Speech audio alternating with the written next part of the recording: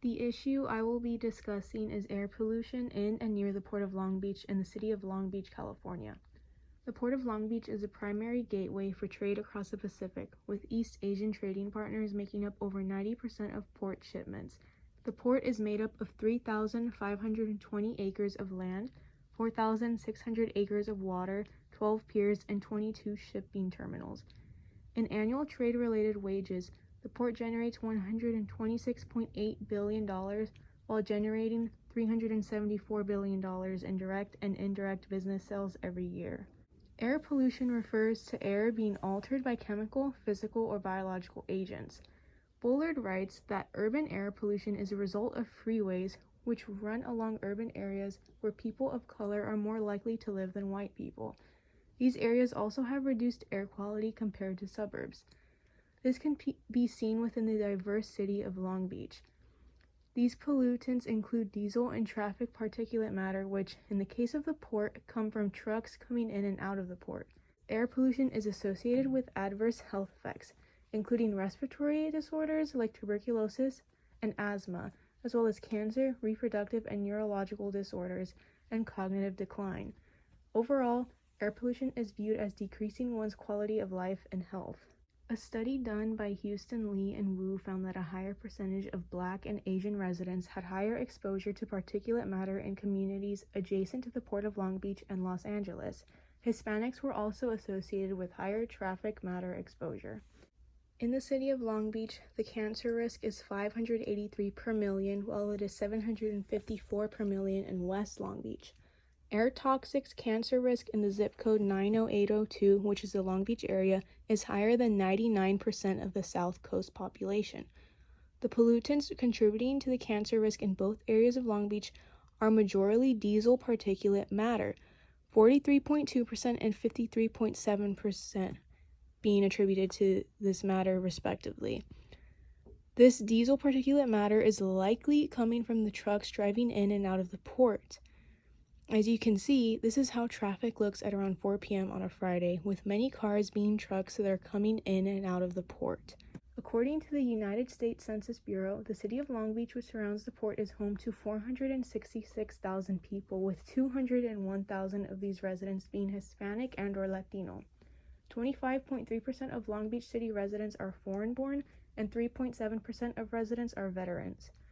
14.7% of people in the city are considered to be living in poverty, which is a slightly higher percentage than the state, whose percentage is 12%. Using David Pello's definition of environmental racism, referring to people of color being targeted by polluters intentionally or unintentionally, the ports and air pollution in Long Beach are a case of environmental racism, as a majority of the Long Beach population is not white, meaning people of color are more likely to be exposed to the reduced air quality and experience health complications such as respiratory illness and cancer.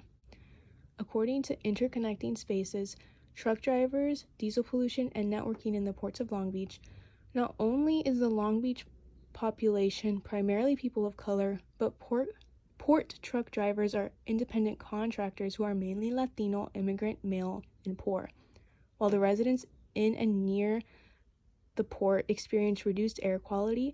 Poor Latino male immigrants are the ones who drive and navigate the trucks, primarily contributing to the air pollution, and consequently the health complications faced by the population and even the truck drivers.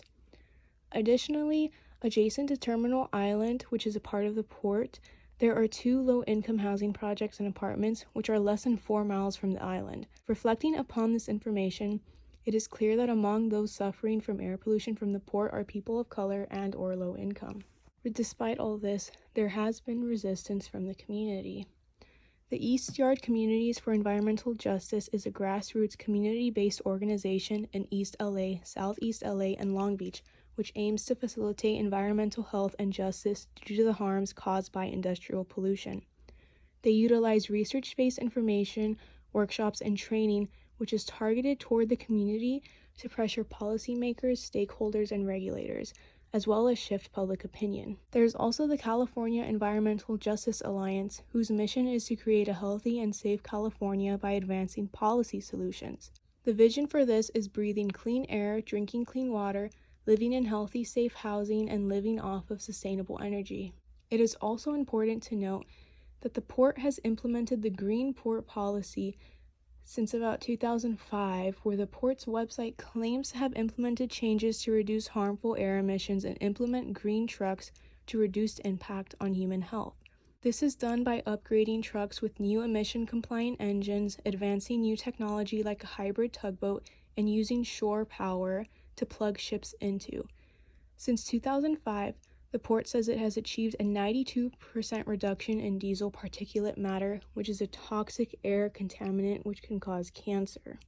Despite the efforts of the Green Port policy, further action must be taken, such as joining resistance groups like East Yard Communities for Environmental Justice and California Environmental Justice Alliance to advocate for policy change.